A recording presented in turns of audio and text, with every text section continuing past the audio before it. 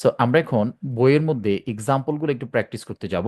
আপনারা কেউ আমাকে বলবেন না যে ভাই আমাদেরকে একটু টেন্সের স্ট্রাকচার শিখান, কারণ টেন্সের স্ট্রাকচার শেখানোর মতো সময় এবং সুযোগ আপনাদের আছে কিনা আমি জানি না। আমি বিশ্বাস করি আপনাদের সময় নেই। ওকে, সো এবার আসেন আমরা টেন্স মার্কার এক্সাম্পলগুলো প্র্যাকটিস করি। ওকে, আপনাদের বইয়ে যেগুলো দেওয়া আছে। আচ্ছা, okay, we often felt a victim of circumstance. এখানে অফেন শব্দটি আছে, এখানে আছে প্লিজ, এখানে আছে অলওয়েজ, এখানে আছে রেগুলারলি। আপনারা একটু দাগ দিবেন, শব্দগুলো দাগ দিবেন। সো যেহেতু এখানে কি আছে, অফেন আছে না, তাহলে এই জন্য এটা প্রেজেন্ট ডেফিনিট টেন্স। আপনারা ফিল লিখবেন, ফিল্ট লিখবেন না, আপনারা লিখবেন ফিল। আনসার হবে ফিল। সবাই লিখেন, আনসার লিখে ফেলেন সাথে সাথে। 2 নাম্বার, গেভ হবে না, শব্দটা হবে গিভ। ভার্বে বেস ফর্ম হবে, ভার্বে বেস ফর্ম হবে। গেভ হবে না, শব্দটা হবে গিভ। আর ডিস্টার্বড হবে না, যেহেতু অলওয়েজ আছে, সাবজেক্ট থার্ড পারসন সিঙ্গুলার হলে মূল ভার্বের সাথে এস বাই এস হয়। DISTURVS, disturbs. অনেকে আবার ই যোগ করে দেন, হ্যাঁ, disturbs. So a good boy prepare his lesson regularly. তাহলে a good boy third person singular, prepare হবে না, শব্দটা হবে prepares, PREPARES, prepares. Okay, present definite tense, subject plus V1 plus object, অর্থাৎ সাবজেক্ট পার্সোনালি মূল ভার্বের সাথে এস বা ইয়েস যোগ হয়। একটু লিখে ফেলেন, রেকর্ডিং শুনবেন পরে প্রয়োজনে। 2 নম্বরে আসেন, এখানে দেখেন নাও আছে, নাও, নাও আছে। তারপর এখানে আছে অ্যাট দিস মোমেন্ট। সো আমরা জানি নাও এবং অ্যাট দিস মোমেন্ট থাকলে প্রেজেন্ট কন্টিনিউয়াস টেন্স, রাইট? তো প্রেজেন্ট কন্টিনিউয়াস মানে কি হবে? Is singing, SINGING, singing. কি হবে? Is singing, is singing, is singing, is singing. Okay, is sinking, কারণ present continuous tense auxiliary verb কি? Am is are. আর ভার্বের সাথে হবে আইএনজি। যেহেতু সাবজেক্ট হচ্ছে হি, সেই জন্য এখানে আমরা ইজ ব্যবহার করব। He is singing. তাহলে they watch TV at this moment, এটা হবে they are watching, AWTCHING, watching. Okay, they are watching, they are watching, they are watching TV at this moment, they are watching TV at this moment. Okay, next আসি আমরা present perfect tense. আমরা জানি present perfect টেন্সে auxiliary verb কি? Have has. Present perfect টেন্সে auxiliary verb কি? Have has. Okay, so I see him recently, I see him recently, এখানে কি আছে? রিসেন্টলি আছে। এখানে কি আছে? ইভার আছে। আর এখানে কি আছে? Just, just. ওকে, সো এখানে আই এর সাথে কি ব্যবহার করতে হবে? হ্যাভ। আর সি হয়ে যাবে seen. Have seen, have seen, have seen. You ever ভি টু ঢাকা, যেহেতু এভার আছে এবং বাক্যের শেষে প্রশ্নবোধক চিহ্ন আছে, কি আছে? প্রশ্নবোধক চিহ্ন, তাহলে এটাকে ইন্টারগেটিভ সেন্টেন্স করতে হবে।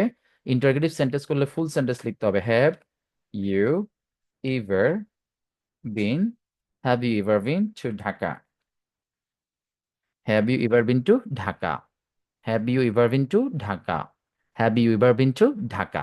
এখানে বি মানে হচ্ছে এম ইজ আর হচ্ছে প্রেজেন্ট ফর্ম, ওয়াজ আর হচ্ছে পাস্ট ফর্ম, আর বিন হচ্ছে পাস্ট পার্টিসিপল ফর্ম।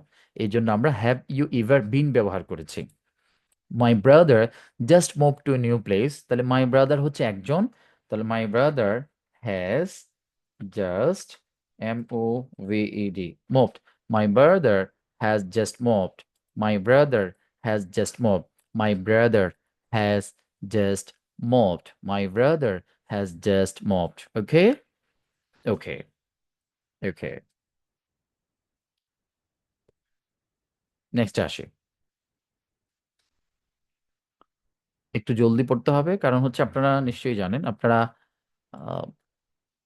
এই 2টা টপিকস বাকি আছে। ইট রেইন সিন্স মর্নিং, যেহেতু সিন্স এবং ফর থাকলে প্রেজেন্ট পারফেক্ট কন্টিনিউয়াস টেন্স হয়, তাহলে আমাদেরকে লিখতে হবে হ্যাজ বিন অথবা হ্যাভ বিন। যেহেতু সাবজেক্ট হয়েছে হ্যাঁ ইট, এই জন্য আমাদেরকে লিখতে হবে হ্যাজ বিন। রেইন হয়ে যাবে রেইনিং, রেইন কি হয়ে যাবে? Raining, has been raining, has been raining, it has been raining. I read for 1 hour, I have been, I have been reading, READING, reading, have been reading, have been reading, have been reading, I have been reading, present perfect continuous tense. Since অথবা for থাকলে present perfect continuous tense হয়। আপনারা যারা আমার ক্লাসটা করছেন এই মুহূর্তে, আপনারা যদি এখন আমার ক্লাস করতে করতে কারোর সাথে কথা বলেন, দিন শেষে কি অভিযোগ দিবেন যে আমি একটু তাড়াতাড়ি করছি? তাড়াতাড়ি না করলে শেষ করা যাবে না তো। আপনার ভর্তি হয়েছেন তো সবার শেষে না? আপনি কথা বলেন না কারোর সাথে, আপনি এখন খাওয়া দাওয়া করেন না, আপনি এখন রান্না করেন না, আপনি এখন টিভি দেখতে দেখতে ক্লাস করবেন না, আপনি ক্লাস করার জন্য ক্লাস করেন। যেহেতু ক্যামেরা অফ, আমি তো দেখছি না, যদি ক্যামেরা অন থাকতো আমি বলতে পারতাম। আমি যতটুকু লিখতে সময় পাচ্ছি এবং বলতে পারছি, নিশ্চয়ই সেই সময় আপনার লেখা উচিত এবং লিখতে পারা উচিত, কারণ আপনি সেকেন্ড ইয়ারে পড়েন। ওকে, এবার আসেন পাস্ট ইনডিফিনিট টেন্স। আমরা জানি কোনো বাক্যের মধ্যে যদি লং ইগু থাকে, ইয়াস্টারডে থাকে, অ্যাজ সন এস থাকে, এগুলো পাস্ট ইনডিফিনিট টেন্স হয়ে যায়। আর পাস্ট ইনডিফিনিট টেন্সের ক্ষেত্রে কি হয়, ভার্বে বি টু ব্যবহার করতে হয়। স, এখানে সি কি হয়ে যাবে, saw. I saw you long ago, I met you yesterday, আমি ম্যাচ। যেহেতু ইয়াস্টারডে আছে তার মানে পাস্ট ইনডিফিনিট। আর পাস্ট ইনডিফিনিট মানে কি, বি টু ব্যবহার করতে হয়, HEARD, heard. Okay, I open the door as soon as I heard the bell. যখনই আমি বেলটা শুনেছিলাম তখনই আমি দরজাটা খুলেছিলাম। ওকে, ও লাস্ট নাইট, 4 নাম্বারটা হচ্ছে লাস্ট নাইট থাকলে কি হবে, পাস্ট ইনডিফিনিট টেন্স হবে। So I have to use here verb from of V two, right? So dream, dream, DREM, dream, DREAMT, dreamed.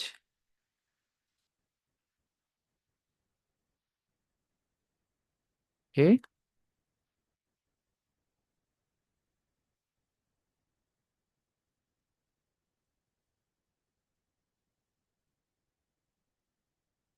সবাই লিখতেছেন নিশ্চয়ই, কথা বলবেন না কারোর সাথে। আমি হয়তো আপনাকে দেখছি না, আপনারা আমার কথাগুলো মনোযোগ দিয়ে শুনুন এবং আপনারা লিখতে থাকুন। ওকে,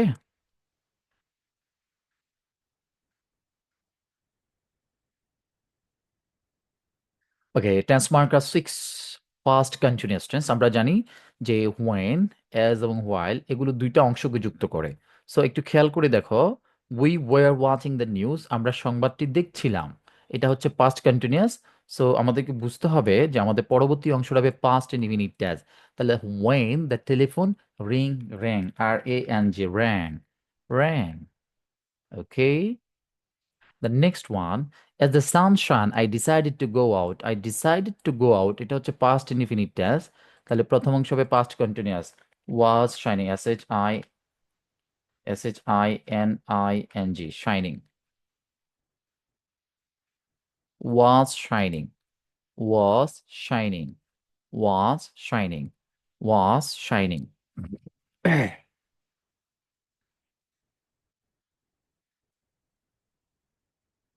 আমাদের লাইনটা যদি কেটে যায়, আমরা আবার সবাই আহ 10টায়, আমরা বরাবর 10টা 5-এ আবার জয়েন করবো সবাই, হ্যাঁ? 10টা 5, লাইনটা যখন কেটে যাবে আমরা 10টা 5-এ আবার সবাই জয়েন করবো।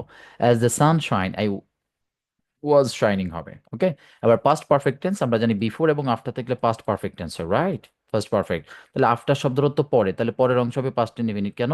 কারণ প্রথম অংশটা পাস্ট পারফেক্টে আছে, প্রথম অংশ পাস্ট পারফেক্টে আছে, এই জন্য পরের অংশ হবে পাস্ট ইনডিফিনিট, ফার্স্ট পারফেক্ট। প্রথম অংশ আছে past indefinite, sorry, past indefinite, এই জন্য পরের অংশ হবে পাস্ট পারফেক্ট। তাহলে পাস্ট পারফেক্টের জন্য হেড আনতে হবে, আর LEFT, ভার্বে বি3 ব্যবহার করতে হবে, হ্যাড লেফট।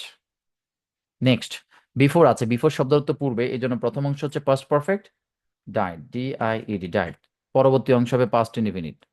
একটা অংশ সঠিক দেওয়া থাকবে প্রশ্নের মধ্যে, আরেকটা অংশ কারেকশন করতে হবে। ওকে, তারপর ফিউচার ইনডিফিনিট টেন্সে দেখো, tomorrow, next week, tomorrow, next week. তাহলে টুমোরো থাকলে কি হবে, will come, will come, will come, will come. I go to Dhaka next week. I will go, will go, will go, will come, will go। আমরা জানি future indefinite টেন্সে কি হয়, shall will হয়, শ্যাল উইল। শ্যাল উইলের পরে ভার্বে base form হবে, subject plus shall will plus ভার্বের base form plus object, subject plus shall will plus ভার্বের base form plus object. So আশা করি টেন্স মার্কারের যে এক্সাম্পলগুলো আমরা প্র্যাকটিস করেছি সবাই খুব চমৎকারভাবে বুঝতে পেরেছি ইনশাল্লাহ। প্রয়োজন হলে বারবার আবার আপনারা দেখবেন, যেহেতু রেকর্ডিং দেওয়া থাকবে। সো আই থিঙ্ক আপনারা সবাই খুব ভালোভাবে বুঝতে পেরেছেন। সবাই ক্লিয়ার, সবাই ক্লিয়ার কিনা? রাইট ফর্ম অফ ভার্বে আপনারা শুধু ব্র্যাকেটের অংশটা লিখবেন, সবাই বুঝতে পারছেন কিনা লিখেন। সময় কম, আমি ইচ্ছা করলেও আপনাদেরকে টেন্সের স্ট্রাকচার পড়িয়ে সাবজেক্ট ভার্ব অবজেক্ট চিনিয়ে একেবারেই শুরু থেকে যারা শুরু করেছেন তাদের মতো করে সম্ভব না, বাট টাচ করেছি যতটুকু বুঝার। I think it is better for you to understand the sentences. Okay, so লাইনটা যদি কেটে যায় আমরা 10টা 10-এ আবার 10টা